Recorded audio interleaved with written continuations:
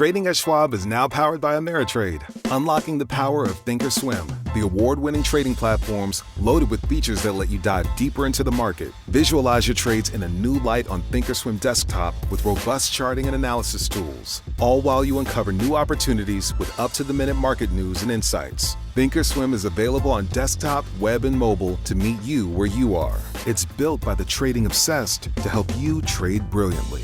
Learn more at schwab.com/trading.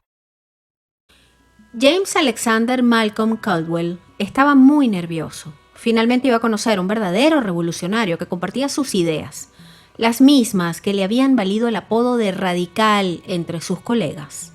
Mientras el periodista se acomodaba en un elegante vehículo Mercedes-Benz blanco, observaba atentamente las calles de Camboya, dirigiéndose a conocer a uno de los personajes más controvertidos y sanguinarios del siglo XX, Pol Pot.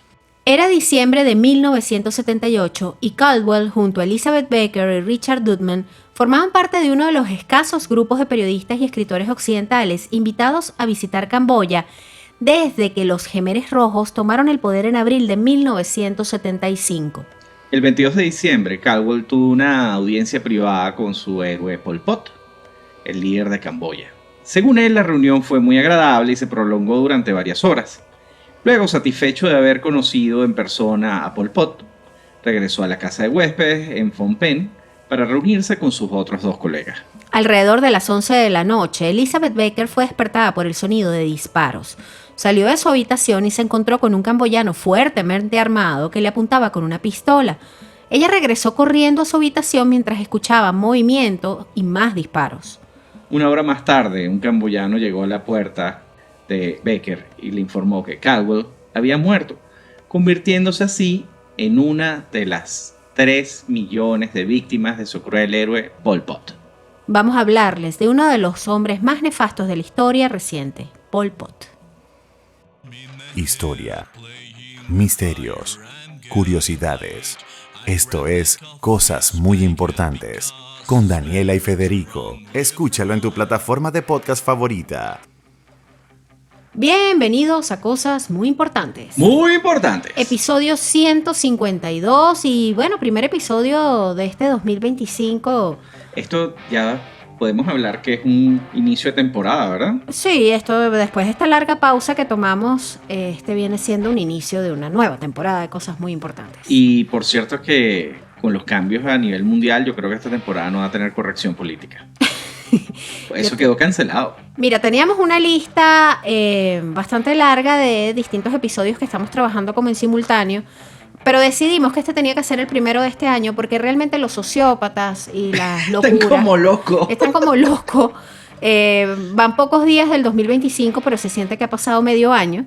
Yo me imagino, los politólogos deben estar que se jalan los pelos, sí. Que beben todo el día. Sí. Bueno, deben estar divertidísimos, ¿no? Porque además hay sociópatas de todos los bandos, es Hay una de cosa todo, increíble. no. Entonces dijimos, bueno, vamos a abrir el año con uno de estos sociópatas que gobiernan. No, pero este sí es Pero esto de otro todas nivel. las cosas que hemos hecho, que hemos investigado para cosas muy importantes, este personaje está probablemente entre los peores.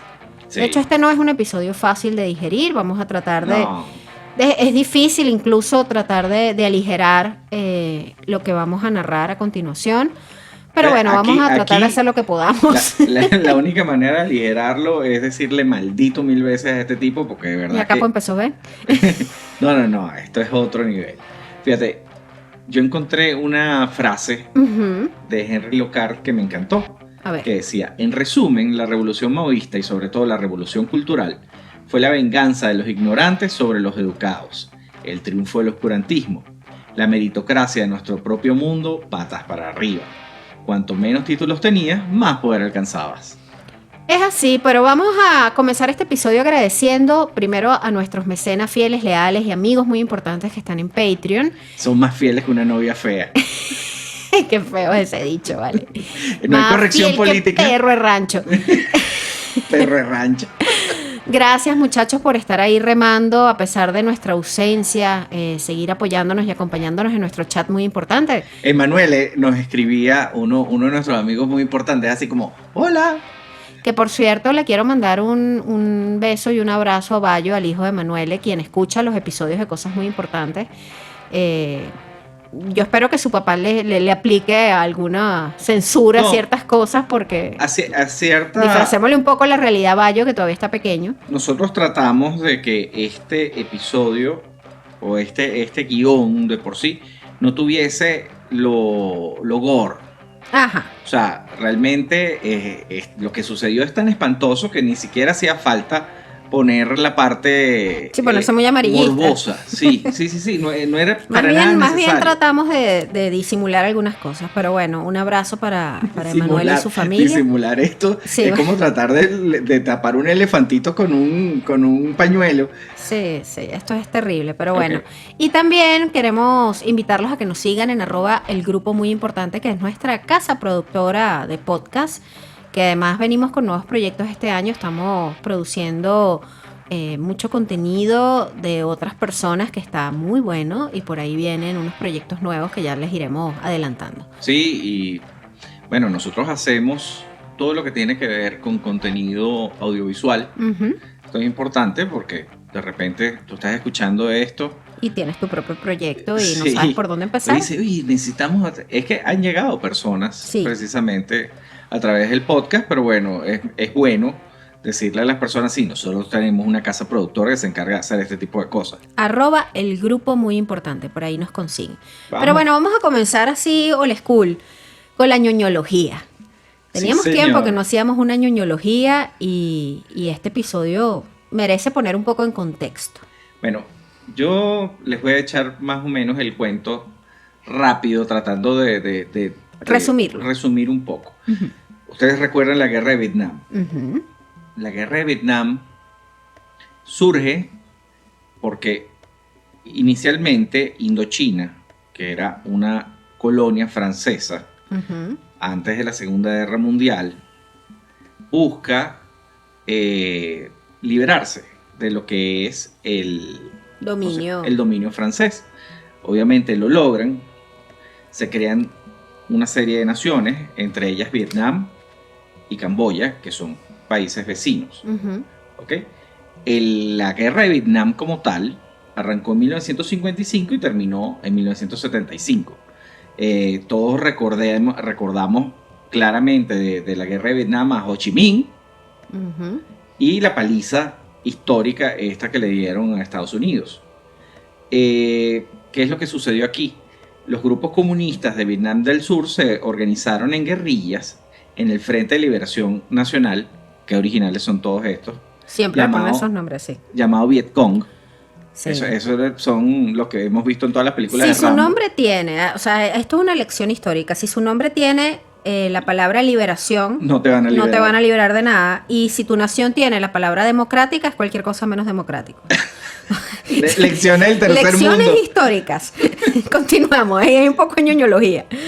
Bueno, Ajá. Vietnam estaba dividido en dos, Ujú. como les estaba diciendo. Estaba el sur y el norte. Ujú. Todos hemos oído hablar de It's 2025, a new year, and the perfect time to turn your business dreams into reality. Maybe you've been tossing around a great idea, but haven't acted yet. Well, Shopify is how you're going to make it happen. Shopify makes it simple to create your brand, open for business, and make your first sale. With thousands of customizable templates, you don't need coding or design skills. Just drag, drop, and go. Plus, Shopify's social media tools help you connect all your channels and create shoppable posts so you can sell everywhere your customers scroll. Managing your business is easy too. From shipping to taxes to payments, Shopify handles the details on a single dashboard, letting you focus on what really matters: growing your business. Established in 2025 has a nice ring to it. los del norte, que eran los Exacto. comunistas, que querían tomar el sur. Eso lo sabemos. Esto no nos interesa mucho. Estados Unidos entró en el 65, Ujú. como les estaba diciendo. Yo no sé si ustedes saben históricamente cómo entra, pero ellos básicamente pararon un barco Ujú. y les tiraron una bomba de agua y ellos nos atacaron. Estaban buscando una excusa realmente para meterse. Eso fue un despropósito total, pero bueno. Fue terrible.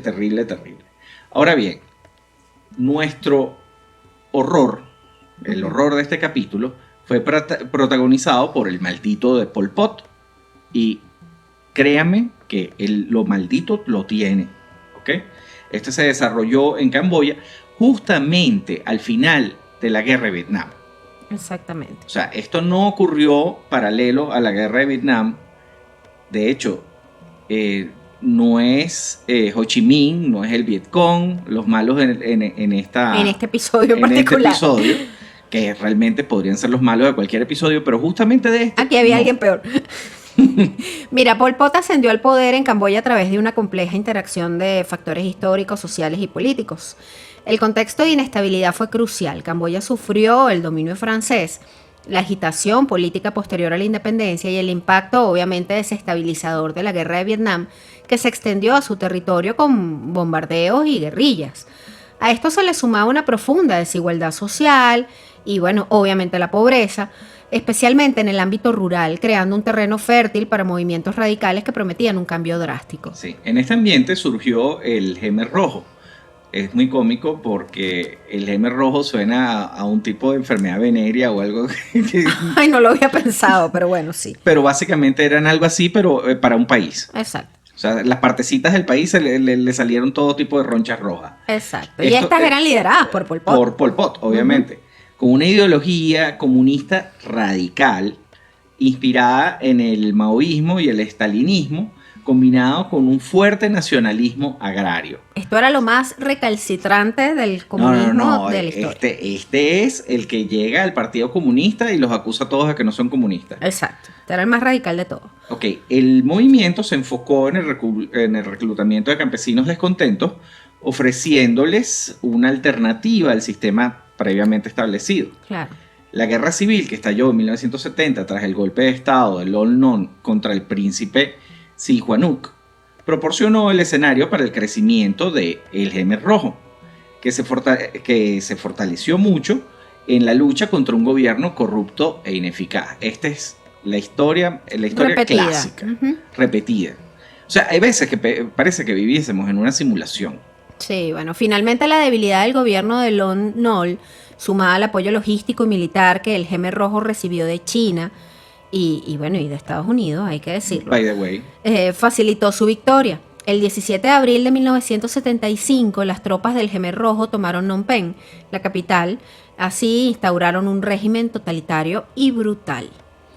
Este régimen implementó políticas radicales que llevaron al genocidio camboyano, donde millones de personas perdieron la vida.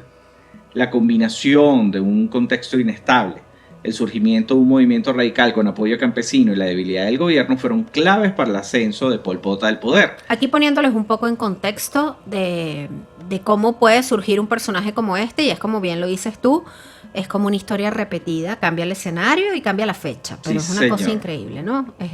Cuando ocurren esos conflictos se crean esos caldos de cultivos sociales como para que este tipo de personajes surjan.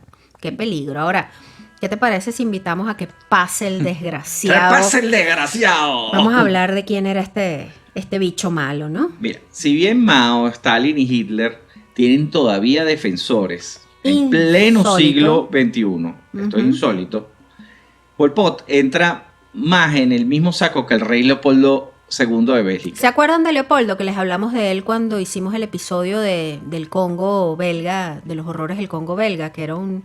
Que por ejemplo en el Congo belga tú les ponías unas cuotas de producción a tus esclavos, si no llenaban la cuota de producción del día te cortaban una mano. Exacto. O sea, básicamente eso era el Congo. Ah, sí, Es exacto. bajo el gobierno de Leopoldo II. Este es un tipo que está más o menos a ese nivel. He estado revisando mucho. Si hay gente que lo defiende, son muy pocos. Es que hay que estar bien loquito para defender a Pol Pot. Es que el que lo defiende es porque niega lo sucedido. Cuando estamos hablando que en Camboya hay un museo completo De los dedicado al horrores. genocidio. O sea, esto no puede ser mentira. No. Ahora, este señor, antes de convertirse en Pol Pot, el destructor de mundos, o el destructor de su nación, este futuro genocida se llamaba Salot Sar. Yo no sabía que él se llamaba Salot Sar. Es que hay muchas cosas que yo no sabía de él y me llamó la atención, pero no quiero ¿Quieres adelantar. decir dónde nació? Es un poco impronunciable el sitio donde nació Salot En Sar. Prek Swap. Supongo, miren. Prek- Prek A-U-B de vaca. Prek Svav. Wow. Es complejo el nombre. Compound Tom. Nació en Camboya. Nació en Camboya el 19 de mayo de 1925, siendo el más pequeño de 7 hermanos en una familia bastante acomodada. Era el consentido de la casa, el chiquito. Era el consentido. Yo creo que yo puedo evitarnos el aburrimiento de contarles y les puedo hacer un buen resumen Hazme de lo el que resumen. de lo que fue la vida de él. Porque no me interesa Su papá tenía imaginármelo chiquito. Su papá tenía dinero Ajá. y la hermana se enchufó. Vamos a A explicarles. traducir lo que es enchufarse para quienes no sean Enchufarse venezolanos. es cuando tú logras conectarte con alguien importante Ujú. y esa persona te permite escalar socialmente y llevarte a otro Y obtener nivel. unos beneficios que no hubieses conseguido si no te Bueno, hubieses conectado a él. La hermana de Salot, ¿cómo es que se llama? Sí, de Salazar. Se casó o tenía un amorío con un príncipe que había en aquel momento en Camboya y obviamente eso Benefició a toda la familia. benefició a toda la familia. Tan así que a nuestro amigo Salot lo enviaron a estudiar nada más y nada menos que a Francia. Sí. Imagínense esto, ¿no? Estamos hablando que era la categoría. Él estudió en los mejores colegios. Ujú. Los libros de historia dicen que el tipo era medio flojo, era bastante inteligente, pero no le interesaba mucho Estudiar. sí, el ámbito académico. Exacto. Sin embargo, obviamente logró llegar a la Universidad de la Sorbona. Sí. Bueno, estamos hablando que no lo enviaron a un A pueblito francés, Claro, claro. o sea, a un Simoncito, como decimos allá en Francia. A la VB. A la UV. No. Salot estudió en la Sorbona. No obtuvo el diploma, ojo, pero estudió ahí. No, por supuesto, como buen comunista, los comunistas nunca se gradúan. Sí. Pues pasan todo el tiempo fumando, tomando café afuera y hablando pistolada. Exacto. Realmente eso fue lo que hizo él allá. Se convirtió en un comunista acérrimo. Pues, ¿qué es lo que pasa? Esta juventud camboyana pudiente, Ujú. pudiente es la palabra clave, porque Sí. estamos hablando que eran Desde la su crema nata condición de privilegiado. de privilegiados, se dedicaron a soñar con el nacionalismo y con la libertad de Camboya de sus captores, desde los su franceses, punto de vista, claro. estando en Francia. Estando en Francia. Obviamente se unieron al Partido Comunista sí. Francés, Por supuesto. que debo Que no ha hecho nada bueno por el mundo. no, de hecho, el gran culpable. O sea, si nosotros empezamos a No, pero ya va. atar cabos. No. No te me vayas por ahí, no en este episodio. No, es que si atamos cabos, de verdad, el culpable del genocidio Lo que camboyano abrí no fue una es el Partido cerveza, aunque Comunista. debería ser una cerveza, abrí fue un agua gasificada. Yo debería tomarme algo más fuerte para este episodio, pero bueno, ajá. El gran culpable es, a ver, dilo. No, el Partido Comunista Francés. Ah, no, total. Yo pensé que te ibas a ir a la Revolución Francesa y ya te iba a decir, cálmate, capo, vamos a seguir. Bueno, este tipo era tan fanático de todo lo que tenía que ver con las revoluciones, Ujú. que cuando se casó, se casó en Francia, se casó el día de la toma de la Bastilla. Sí. Se casó con una camboyana, por cierto. Con una camboyana. No con una francesa. También con plata, por cierto. También. Y también comunista. De hecho, este grupo que estaba allá en París, se denominó el Grupo de París. Ajá. O sea, tenían ese nombre que me lo imagino hasta con la boina. Sí, qué cliché. Ellos crearon el Y cliché. entonces hablando del pueblo y la vaina. Lo malo es que cuando regresaron lo pusieron en En práctica. Esto, Y lejos de querer a su pueblo lo odiaban. sí, y eso lo vamos a ver les más adelante. les estoy hablando, esto fue poco después de la Segunda Guerra Mundial. Ujú. Estamos hablando, llegando a los años 50. Ujú. Es que estos muchachos estaban allá Sí. desgraciados, estaban allá en Francia. Por cierto, que gran parte de lo que era el núcleo central Ujú. del gobierno camboyano durante el genocidio eran personas que estaban aquí en Francia en ese momento. Ok. Pero bueno, en julio del 46, los miembros de este grupo se rehusaron a asistir a una reunión con Ho Chi Minh, el líder comunista vietnamita, en una conferencia en Fontainebleau, a las afueras de París. Sí, ellos tenían una relación incómoda con Vietnam. O sea, es una pica. Tú sabes que hay muchos países que son fronteras, que siempre han tenido problemas. Sí. O sea, Venezuela y Colombia siempre se habla de que hay una pica realmente. Y al final es una tontería porque Es una somos pueblos tontería hermanos, y pero... ni siquiera llega a más. Exacto. En el caso de nosotros, pues nosotros estamos en países bananeros. Ujú. Esta gente, cuando se juraban la muerte, lo Sí, cumplían. es otra cultura también. Es otra cultura completamente distinta. Como le estábamos diciendo, bueno, el tipo se casó el día de la toma de la Bastilla en el 56. Cuando Salotsar regresa a Camboya en el 53, después de haber perdido el tiempo, fumando y tomando vino en París, hablando de Ideas comunistas. ideas comunistas radicales, Ujú. él regresa y comienza a dar clases de francés. Ok. Ok. Sí. Dale, Dani, pero ayúdame. Sí. El regreso de Pol Pot. Claro, pero espérate, porque es que como te has saltado varias partes, estoy Claro. un poco perdida, Fede. No, sí, no hay porque, rollo. claro, pero me dice, ayúdame aquí, yo estoy tratando de seguir el guión, pero tú te estás saltando esto. El regreso de Pol Pot a Camboya en 1953. Si quieres arrancar tú ahí y yo edito. Fíjense, Salotsar regresa a Camboya en el 53, luego de estos estudios en los que no sacó títulos, sino ideas y amigos. Él regresa y aquí es como, digamos que se marca el inicio de esta inmersión en la política radicalizada, ¿no? Si bien en Francia se había acercado al marxismo, su experiencia allí no fue la de un activista prominente, pero de vuelta en Phnom Penh se dedica a la enseñanza y se involucra en círculos de izquierda uniéndose al movimiento de resistencia contra el dominio francés. Curiosamente, él regresa a dar clases de francés. Ahora, esta etapa fue crucial para su desarrollo ideológico, consolidando su antiimperialismo y su visión de una sociedad camboyana transformada, ¿no? Su trabajo como profesor le permitió conectar con los jóvenes intelectuales y futuros miembros del Khmer Rojo, tejiendo una red de contactos que pues fueron fundamentales en su ascenso. Fíjate, a mediados de la década de 1950, Salotsar se integró al Partido Comunista de Kampuchea. Uh-huh. Aunque inicialmente su rol fue bastante discreto. Sin embargo, la capacidad organizativa que tenía, estamos hablando que al final era un tipo estudiado, entre comillas. Sí, claro, bueno, no.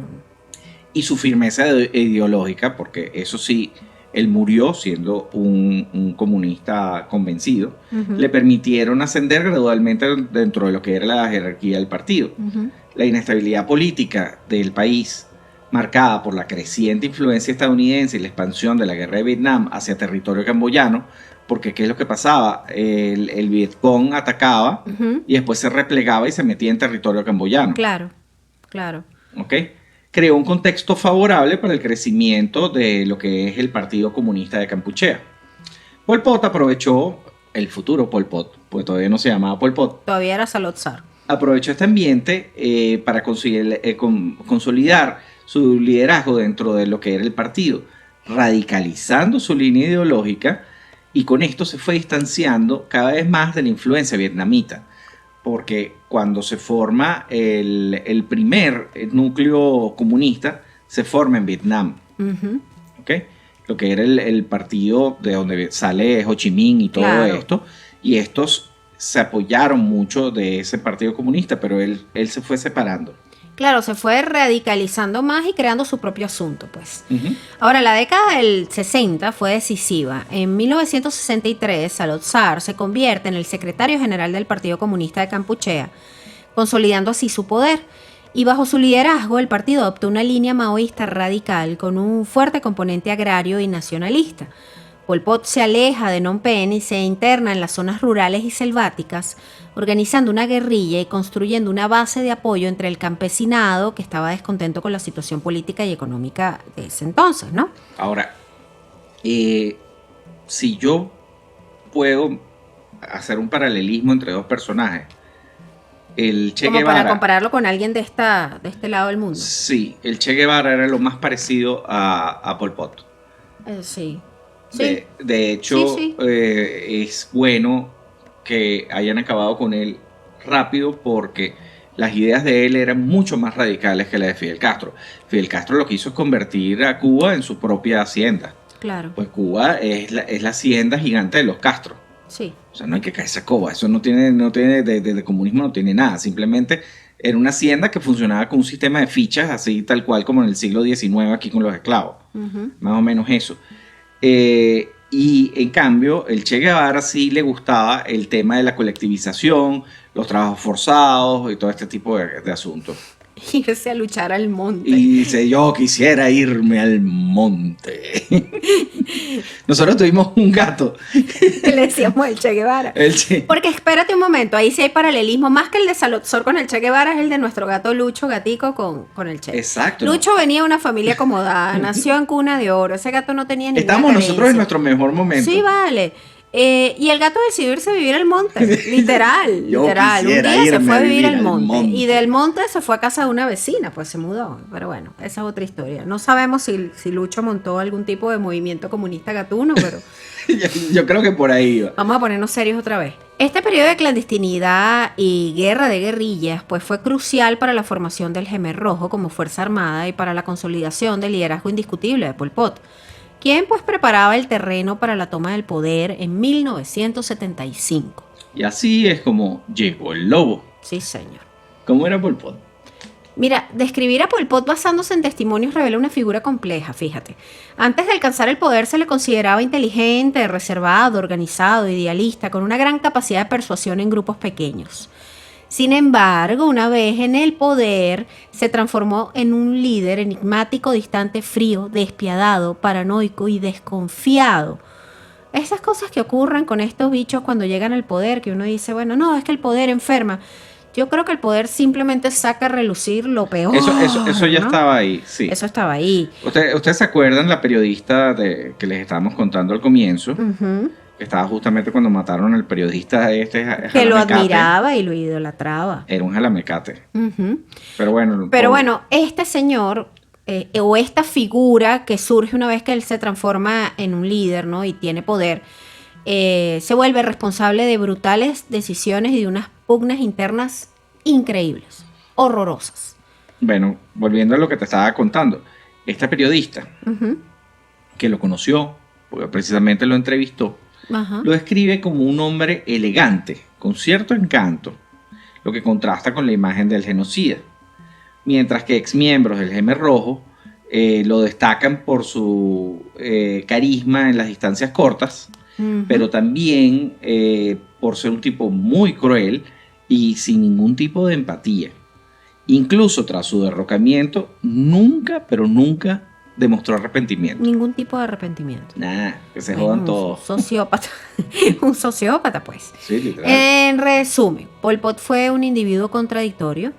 Se dice que era un idealista comprometido, que se convirtió en un líder despiadado, cuya personalidad pues se transformó radicalmente cuando ejercía el poder. Yo creo que era un sociópata disfrazado que cuando tuvo poder pudo Era hacer de las el suyas. peor tipo de sociópata. Ujú. De hecho, es bien curioso, eso lo vamos a contar más después. Volviendo a la historia. Sí, el 17 de abril de 1975 marcó la caída de Phnom Penh ante los Jemeres Rojos, Ujú. un evento que significó el fin de la guerra para muchos de los 2 millones de los habitantes de la ciudad, quienes recibieron a la guerrilla con la esperanza de la paz. No, señor, la guerrilla nunca trae paz.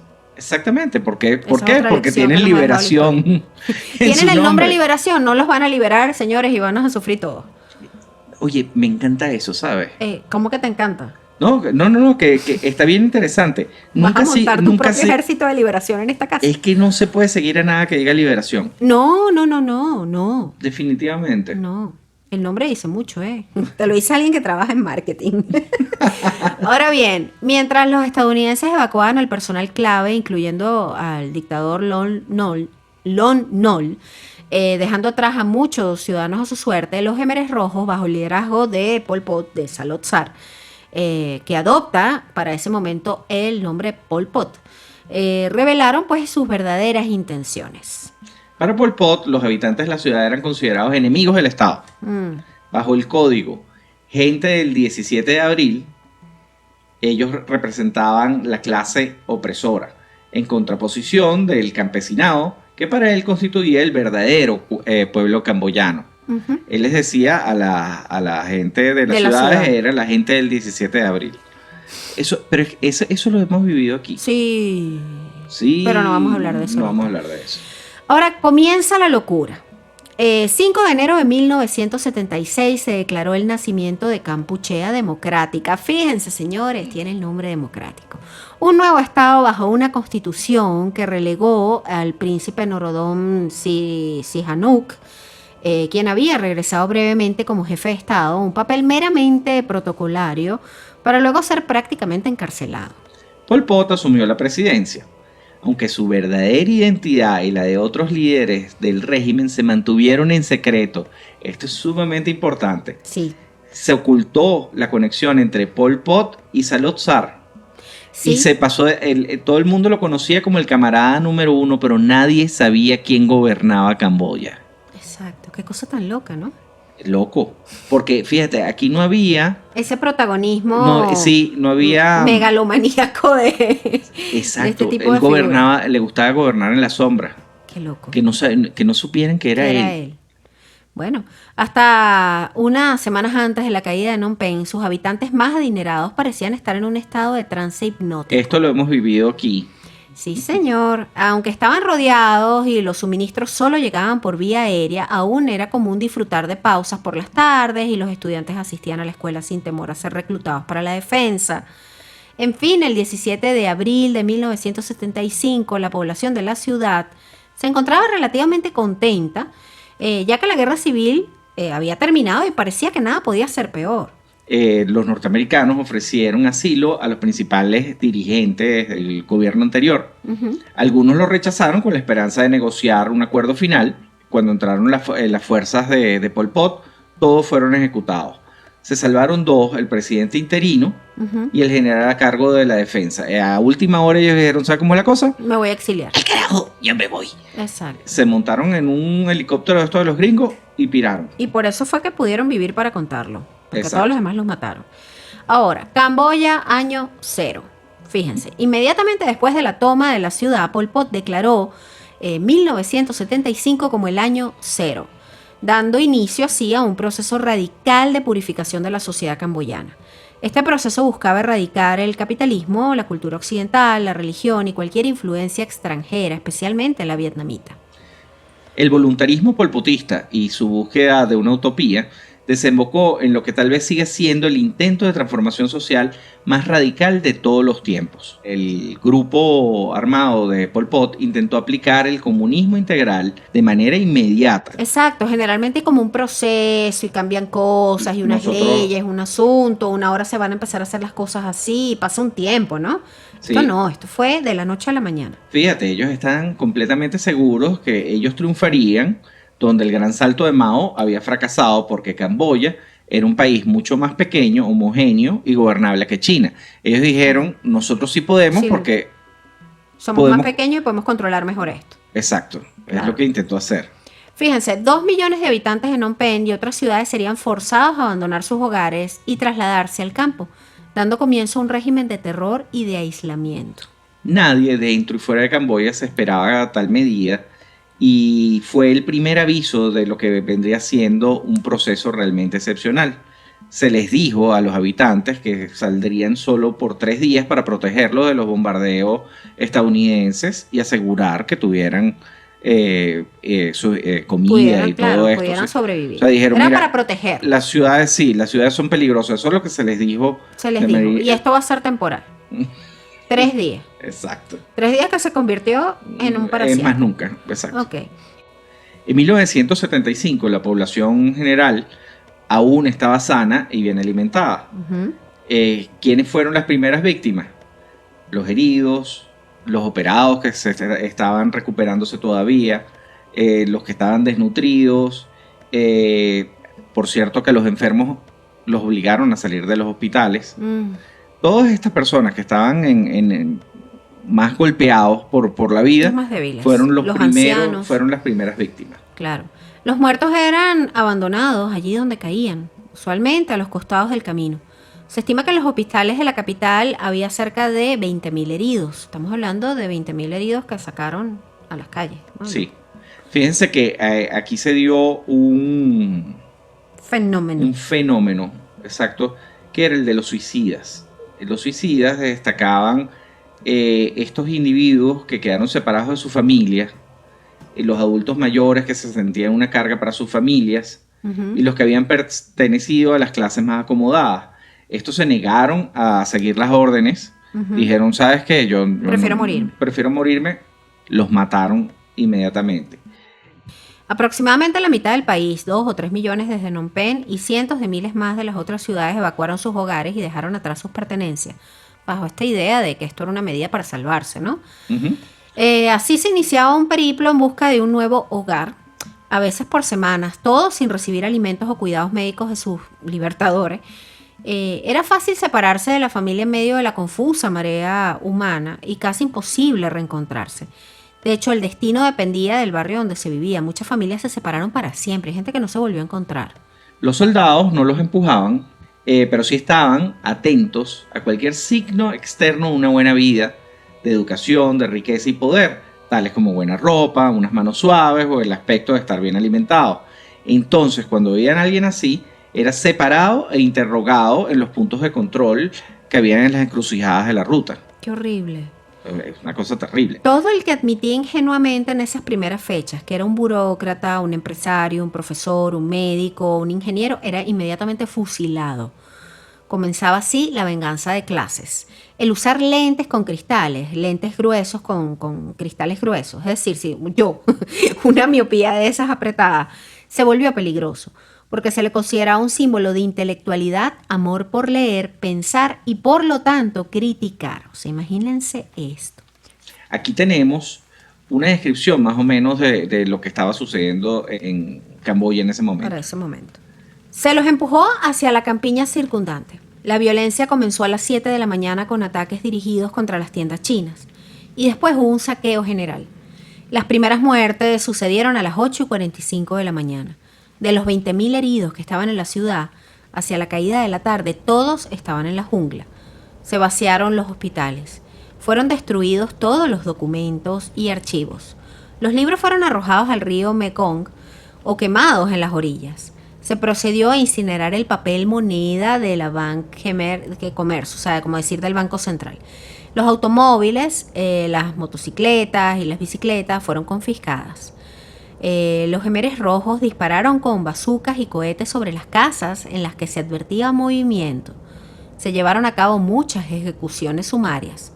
Se le dijo al resto, salgan inmediatamente de aquí o los mataremos a todos. Hacia la medianoche se cortó el suministro de agua. O sea, imagínense ese asedio de parte de ellos mismos a su pueblo. Estamos hablando que esto no es que ellos estaban atacando un país extranjero, no. Estaban entrando a la capital de su propio país. Y era gente común y corriente que vivía ahí. Sí, señor. Esto último benefició a numerosos funcionarios y militares del bando perdedor.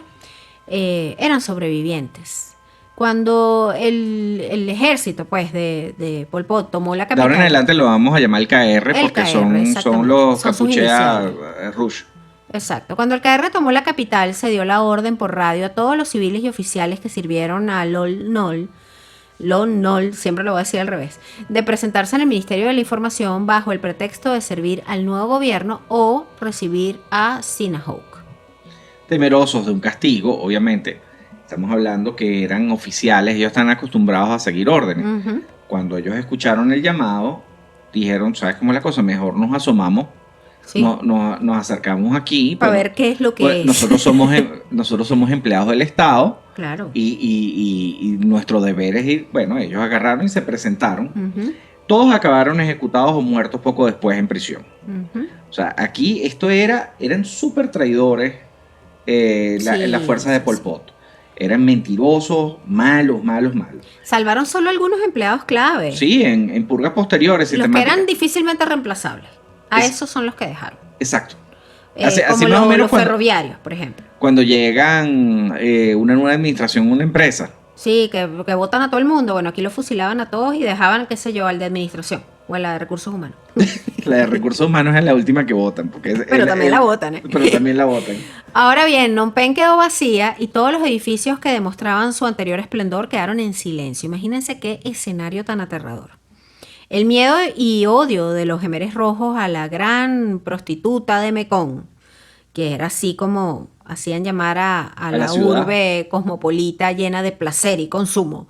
Aquí inicia realmente ese llamado año cero. Ahora, es importante hablar un poco de qué es el Angkar. ¿Qué es el Angkar? Sí, porque esto es algo que lo vamos a escuchar un poco más adelante. El Angkar fue una entidad poderosa y enigmática que desempeñó un papel crucial en el régimen de los Jemeres Rojos en Camboya.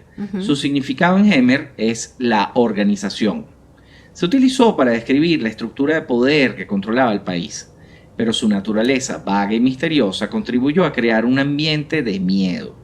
Los líderes ocultaron sus identidades, presentando al Angkar como una fuerza omnipresente, lo que facilitó el control sobre la población al eliminar la responsabilidad personal sobre las decisiones tomadas. Qué bárbaro. Es como cuando dicen aquí, es por la revolución. Ujú. Bueno, es algo similar. No, exacto. Esto no lo estoy haciendo yo. Es la esto revolución. Ujú. El uso de Angkar como instrumento de terror y opresión permitió a los Jemeres Rojos justificar purgas y políticas brutales, intensificando así lo que era el miedo y la obediencia ciega entre los ciudadanos. Esta estrategia evitó que la ira del pueblo se dirigiese hacia individuos específicos. Claro, los quitaba de responsabilidad personal individual sobre sus Exacto. actos.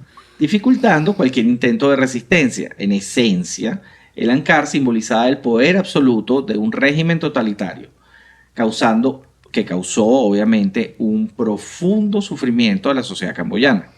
Ahora bien, el genocidio camboyano. Fíjense, en el transcurso de una semana las ciudades quedaron desiertas, marcando el fin del conflicto entre estas y el campo. Se abolió la moneda, se eliminaron las clases propietarias, intelectuales y comerciantes para acabar con las desigualdades sociales, y en menos de 2 meses se había colectivizado a toda la nación. O sea, los que no se unieron a esto es porque los mataron. Exactamente. Una cosa terrible. La estructura administrativa del KR era notablemente frágil, contando con apenas 120.000 militantes y simpatizantes, de los cuales la mitad era combatiente y la mayoría recién incorporados.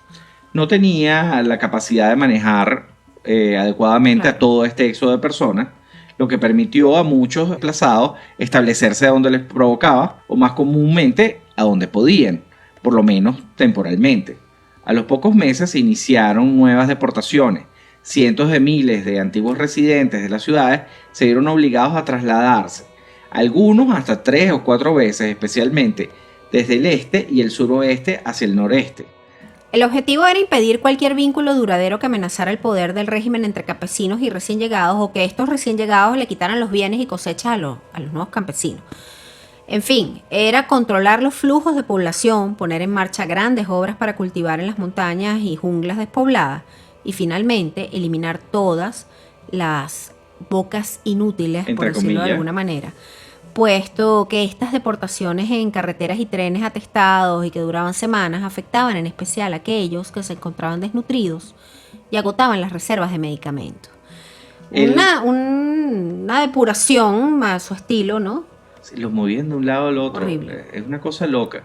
Ahora, fíjate, los habitantes de las ciudades que aceptaban la oferta del KR de mudarse a supuestas aldeas con una vida más sencilla, les revelaban inmediatamente tener tendencias individualistas y no estar conformes con el ANCA, y terminaban siempre ejecutados. Imagínate O sea, tú, o sea, que si tú manifestas tu deseo de, mira, yo me voy voluntariamente para tal lado, a donde tú me digas. tú no estás contento aquí. Entonces tú no tienes la capacidad de adaptarte a este nuevo estilo de vida, tienes aspiraciones mejores, ¡pum!, muerto. Muerto. Familias enteras. Familias enteras. Wow. Ante las desesperantes condiciones de vida, muchos intentaron escapar al extranjero. Podrán imaginarse lo que le pasaba a todo aquel que intentaba escapar, ¿no? Todo el que era capturado era ejecutado y muchos morían al vagar por largas jornadas en la jungla. Sí, está todo el mundo obviamente cansado porque estaba todo el mundo mal alimentado, estaba enfermo, y intentar escapar No, por y la la jungla. una jungla camboyana, señores. Es que es literalmente, cuando se habla de una jungla apretada, se habla de una jungla camboyana. Sí. Ahora, al hacerlo sin mapas ni brújulas, obviamente este escape significaba, aún entre los más vigorosos, un suicidio en la mayoría de los casos. Sí, aparte lo hacían generalmente en época de lluvia para dificultar que los persiguieran, pero la verdad es que era una Era situación una muy movida difícil. suicida, sí. Sí, en noviembre de 1976 ya habían 23.000 refugiados en Tailandia y en octubre del año siguiente los que huyeron a Vietnam sumaban casi 60.000. Wow. O sea, Ahora, una barbaridad. ¿había odio de clases? El KR y Pol Pot, ellos creían que los campesinos eran los verdaderos habitantes de Camboya. Ok. Ellos los consideraban los viejos. Ujú. ¿Ok? Los nuevos eran la gente de las ciudades que se había mudado para allá. Exacto. Y ellos crearon una barrera entre los campesinos viejos y los campesinos nuevos. Ujú. De hecho, eran dos clases sociales completamente distintas. Estaban igual de fregadas en ese contexto. Sí, pero... fíjate, la Constitución de 1976 establecía que el primer derecho de los camboyanos era trabajar. Obviamente, esto fue una realidad que el Camboya completa se enteró, pero rapidito. Lo primerito que se enteraron es que iban a tener que trabajar mucho. Ahora, esta división generó tensiones y competencia por los pocos recursos que tenían, especialmente los alimentos, lo que llevó a una hostilidad abierta entre ambos grupos hacia ya el año 77. Sí, la hambruna deshumanizó por completo a la población, eliminando parámetros morales y llevando a la gente a hacer lo que fuera necesario para sobrevivir. Poco antes de la invasión vietnamita que acabó con toda esta locura, imagínense, los vietnamitas fueron los que salvaron a Camboya, la situación era crítica. Las ejecuciones masivas de personas de todas las edades y procedencias. Era un infierno. Ahora, tenemos aquí precisamente otro relato que es de lo que sucedía. Mira, se prohibió la relación sexual. El adulterio o la fornicación eran castigados con la muerte. Se prohibía a los miembros de las parejas casadas mantener conversaciones prolongadas. Conversaciones. Sí, conversaciones. No podías hablar mucho Sí, tiempo. pero ¿sabes por qué? Se afirmaba que eso era discutir. Exacto. Entonces eso estaba mal. Y la reincidencia se castigaba con la muerte. Los viejos y enfermos, los muy jóvenes y sobre todo los huérfanos fueron abandonados. Se ejecutaba en público y se obligaba a mirar a los parientes mientras el hermano, la madre o el hijo eran sometidos al garrote vil o decapitados, apuñalados, muertos a golpes o hachazos. A veces se ejecutaba a familias enteras. Por ejemplo, hay un caso de un docente llamado Tan Samay, que desobedeció la orden de enseñar a sus alumnos únicamente el trabajo de la tierra. Este fue ahorcado. Sus propios alumnos de 8 o 10 años tuvieron que realizar la ejecución mientras gritaban maestro incapaz, maestro incapaz. Qué cosa tan horrible. La terrible lista de crueldades era interminable. Estaba prohibido pensar. Sí, O sea, pensar era un delito. pensar era un delito. Wow. El robo de alimentos era sancionado con la pena de muerte, por supuesto. Antes de la guerra civil, Camboya exportaba millones de toneladas de arroz al extranjero. Sin embargo, durante el régimen del KR la producción era insuficiente para la supervivencia. Pero esto no fue solo consecuencia de la guerra, sino también el resultado de la política deliberada del KR. El gobierno buscaba controlar a la población monopolizando el acceso a cualquier fuente de alimentos. Se llegaron a destruir muchísimos árboles frutales, eliminando una fuente no controlada de nutrición. Descubrían tratando de comerte algo, podía significar tu muerte. Así sea, Así te estuvieras comiendo una lombriz. sapos, lagartijas o cualquier cosa que agarraras O sea, en el campo. Tú estás tratando de vivir mejor que los demás, ¡pum! Boom, Muerto. Muchos otros perdieron la vida al consumir en secreto animales o plantas tóxicas o mal cocinadas. Claro, en la desesperación, bueno, se habla mucho que durante el genocidio camboyano hubo familias que recurrieron al canibalismo Eso es seguro. por desesperación. Eso es seguro, sí. Está en el Museo de los Horrores del Genocidio Camboyano y relatos de eso. Pero bueno, además era necesario alimentarse de recursos que en teoría eran comunitarios, ya fueran plantas o animales, competir por sobras con los cerdos o cazar ratas. O sea, era un escenario terrorífico, ¿no? No, pero espérate un momento. Esta gente además no tenía cuidados médicos, ¿no? No había nada. Sus debilitados cuerpos eran presas fáciles de las enfermedades y bueno, y cualquier cantidad de cosas, ¿no? Los enfermos eran siempre culpables y castigables de hacer perder mano de obra. O sea, si tú te enfermabas, además te castigaban porque entonces estabas causándole un daño al ANCAR. Ni en mi casa. ¿Cómo se te ocurre enfermarte? Exacto. Rara vez podía recibir un medicamento, un reposo, una persona enferma. Simplemente te enfermaste, te moriste. Los dejaban morir a propósito. Exacto. Qué horrible. Como te estaba diciendo, Las si cárceles, a esta ver. era la gente normal, imagínate cómo era la situación en las cárceles. Uy. Por cierto que había una cárcel muy famosa allá que se llamaba S21. Ujú. Yo creo que S21 merece Un episodio. Un episodio, sí, realmente lo que sucedió ahí es terrible. Pero bueno, fíjense. En los campos de detención podían ingresar tanto soldados enemigos como monjes budistas, viajeros sospechosos, familiares, Todos. Así fuesen de verdad espías o no, no importa. El régimen del hambre, las enfermedades y los abusos rápidamente acababan con la vida de la mayoría de los presos, comenzando por los niños, sí, los niños caían presos. Ujú. También era común que los prisioneros fueran sacados bajo custodia para ser ejecutados durante la noche. Aunque la mayoría de las muertes se debieron a la malnutrición o las condiciones de vida deplorables y las enfermedades, el KR asesinó alrededor de 200.000 personas por motivos políticos, esto entre 1975 y el 77. Sin embargo, antes de que concluyera su régimen, esta cifra aumentó notablemente. Solo en 1978 se ejecutaron a más de 100.000 personas. Wow. 100.000. En O sea, un año. el Maracaná. El epílogo de este sistema se produjo durante la invasión vietnamita. Muchos líderes polpotistas optaron por ejecutar a los últimos sobrevivientes. O sea, En lugar de intentar escapar, o sea, nadie salía vivo. no. Fíjate, como resultado muchos fueron capturados y asesinados y la mayoría de las cárceles estaban vacías, no quedaba quien liberar. Mataron a todo el mundo. Wow. Eh, Incluso eh, cuando se vieron perdidos. Yo o creo sea, que esto fue un estado de locura realmente lo que total, sucedió aquí. Total. Esto es indefendible. Estamos hablando de que ese era su pueblo, era su gente. No, su pueblo eran los franceses. Qué odio, ¿no? Sí, bueno. Era Sin duda. ¿cómo se llama? El Partido Comunista Francés. Ahora, la tensa relación entre Vietnam y los Jemeres Rojos se intensificó tras la ruptura de 1973. Los KR, con una ideología que mezclaba lucha de clases con un nacionalismo, xenofobia extrema, centraron su hostilidad en Vietnam, al que consideraban un enemigo histórico y ladrón de territorios como la Conchinchina. Sí, señoras, la Conchinchina existe. Esta animosidad, unida a la paranoia de Pol Pot, que veía conspiraciones vietnamitas incluso dentro de su propio partido, generó purgas internas y preparó el terreno para este conflicto armado, ¿no? El conflicto se desarrolló con una escalada de incidentes fronterizos entre el 77 y el 78, incluyendo incursiones de los KR en el territorio vietnamita y una ofensiva contra la provincia de Tay Nhi.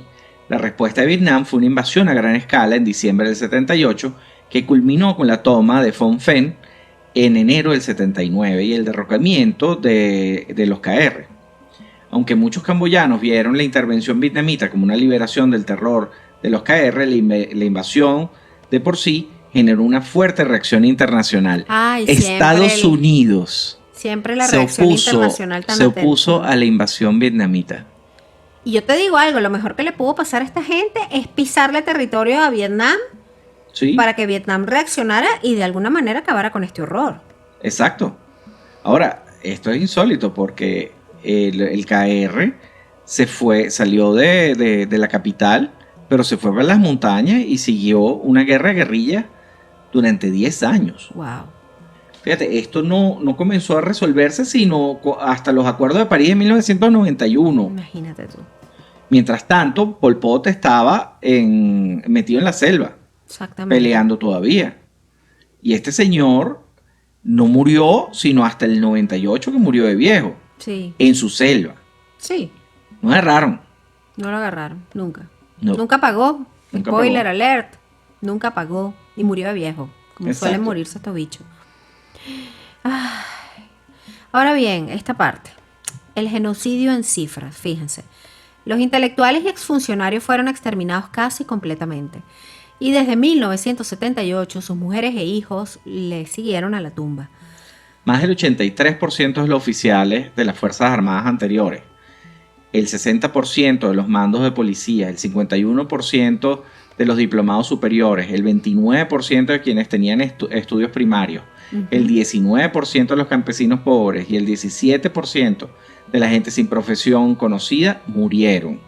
De 450 médicos y 550 magistrados, desaparecieron 402 y 546 respectivamente. O sea, estamos hablando que quedaron 48 médicos y quedaron 4 magistrados. 4 magistrados. Wow. 2/5 de los habitantes de las 3 provincias más urbanizadas murieron.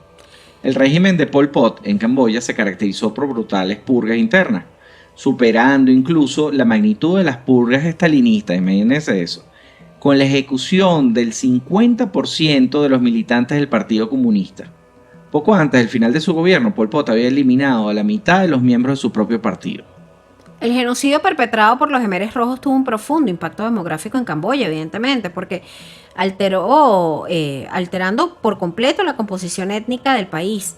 La población jemer, que representaba el 80% en 1962 y el 85% en 1970, ascendió al 90% en el 81 debido tanto al éxodo pues, como a las masacres. Las cifras de víctimas entre las minorías étnicas son devastadoras. Entre 100.000 y 150.000 vietnamitas camboyanos huyeron a Vietnam entre mayo y septiembre de 1975, y los que permanecieron, en su mayoría cónyuges jemeres, fueron casi exterminados. Se calcula que entre 1/3 y más de la mitad de los jemeres con ascendencia vietnamita también murieron. De una población china estimada en 400.000, se calcula que entre 2/5 y la mitad, alrededor de 200.000 personas murieron. La minoría Cham, que contaba con más o menos entre 250.000 y 700.000 miembros, antes del régimen de los KR, sufrió una drástica reducción, quedando alrededor de 200.000 sobrevivientes tras el genocidio, ¿no? Estamos hablando que implica la muerte de entre 50.000 y 500.000 personas, probablemente entre 2/5 y la mitad de su población. La represión religiosa bajo el régimen de los Jemeres Rojos fue brutal y sistemática, afectando a las principales religiones del país. El budismo, que era la religión mayoritaria, sufrió el cierre y la destrucción de 3.000 templos, con 70.000 monjes enviados a trabajos forzados, prisiones y exterminio sistemático, estimándose que solo 1.000 de los 60.000 monjes originales sobrevivieron, porque obviamente este tipo de regímenes así, una de las primeras cosas a las que le dan duro es a la religión. Sí, sobre todo porque antes la religión tenía mucho poder. Y también el Islam fue objeto los de persecución. Estábamos hablando precisamente de lo que era la minería Cham. Fue objeto de una persecución implacable. Además de la pérdida de prácticamente todos sus líderes, la comunidad fue prácticamente derruida. O sea, ellos acabaron con el Islam. Los católicos también, aunque la comunidad católica era muy pequeña, sufrió una severa persecución. Casi la mitad de sus miembros, incluyendo la crucifixión de algunos y el asesinato del obispo del vicariato apostólico de Phnom Penh, llamado Joseph Mar Salas, esto fue en el 77, también lo mataron. Sí, fíjate, la catedral de Phnom Penh fue el único edificio completamente arrasado en la ciudad. Destruyeron la iglesia. Prácticamente todos los sacerdotes católicos y 11 pastores protestantes camboyanos fueron ejecutados o murieron en los campos. En 1970, Camboya tenía entre 7 y 8 millones de habitantes. Casi la mitad de ellos, clasificados como nuevos, fueron deportados de las ciudades, especialmente de Phnom Penh, que albergaba entre 2 y 3 millones de residentes. Era una ciudad grande. Era una ciudad grande. Aproximadamente la mitad de los habitantes de la capital, cerca de 1 millón, murieron. Si bien los nuevos sufrieron inicialmente mayor represión, hacia el final del régimen la mortalidad se igualó entre nuevos y viejos. Claro, y al final mataron a todo el mundo. En total se estima que murieron entre 1,5 y 3 millones de personas, lo que representa entre 1/5 y 1/3 de la población camboyana.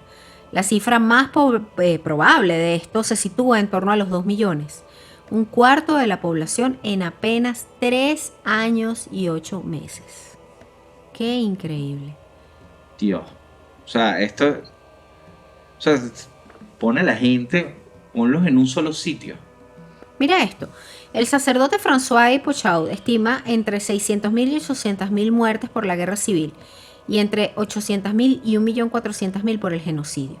Estudios demográficos proyectan que de haber seguido su crecimiento natural, si esto no hubiese ocurrido, si esta gente no hubiese existido, Camboya habría alcanzado los 10 millones de habitantes en 1980. Pero la población se redujo a 5.7 millones debido a la alta mortalidad y obviamente a la baja natalidad.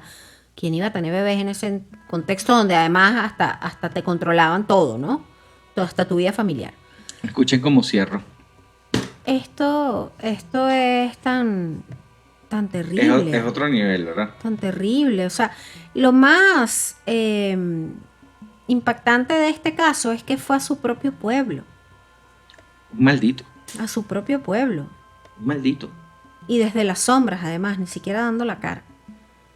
Un maldito completo. Este señor murió de viejo, como bien lo decías tú. Nunca lo capturaron, nunca pagó se por arrepintió. nada, nunca se arrepintió, nunca pidió perdón, no es nada. No. Entonces Pol Pot está en la lista de desgraciados, en el top del chart de desgraciados, está bien alto, ¿eh? El malditómetro. El malditómetro. Me encanta el malditómetro. Sí, el malditómetro está así pegado en rojo. El malditómetro. Bueno, sabemos que hay un circulito en el infierno, ¿no? Sí, para porque, esta gente. fíjate, Mao mató de hambre un montón de personas, pero por bruto. Por la vaina de los pájaros. Ah, lo de los pájaros fue insólito. Que mandó a acabar con los pajaritos, pues se estaban comiendo las cosechas, y entonces llegaron la plaga y la plaga acabó con las cosechas, y eso terminó con una hambruna de 200 millones de chinos. Sí. Pero eso fue por idiota. Era malo. Todo lo hizo a propósito. Sí. Es un maldito. Sí, el malditómetro de Pol Pot está alto. Está alto.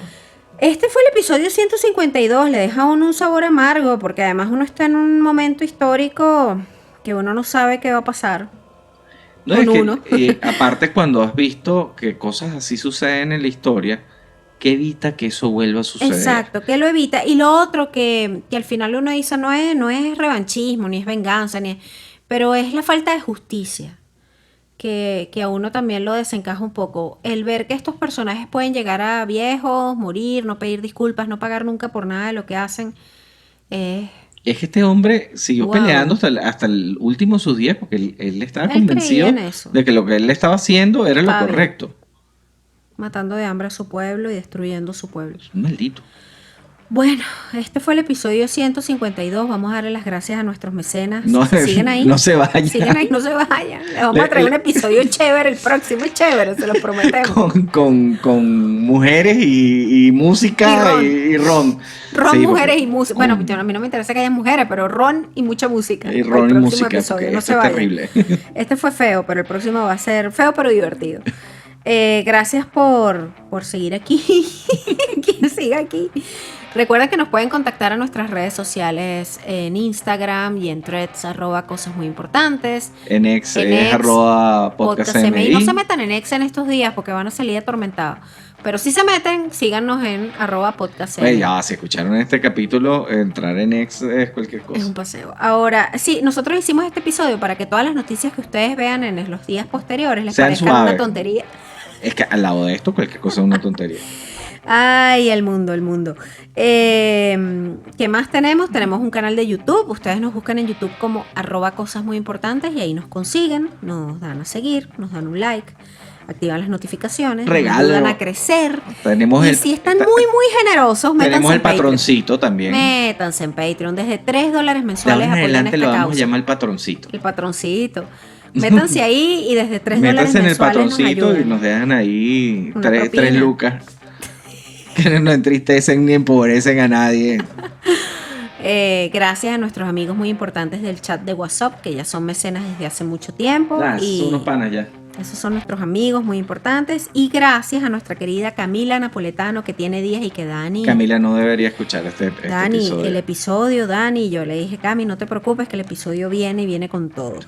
Gracias a nuestra Camila en la asistencia de producción de este podcast. Le va a tocar hacer unas promociones horrorosas, pero bueno, le vamos a dar ánimo desde aquí. Exacto. Y bueno, ya lo saben, si nos quieren escribir, contactar, también lo pueden hacer a través de @el grupo muy importante en Instagram. Muy importante. Nos escuchamos en el episodio 153 con Mujeres y rock and roll. Chao.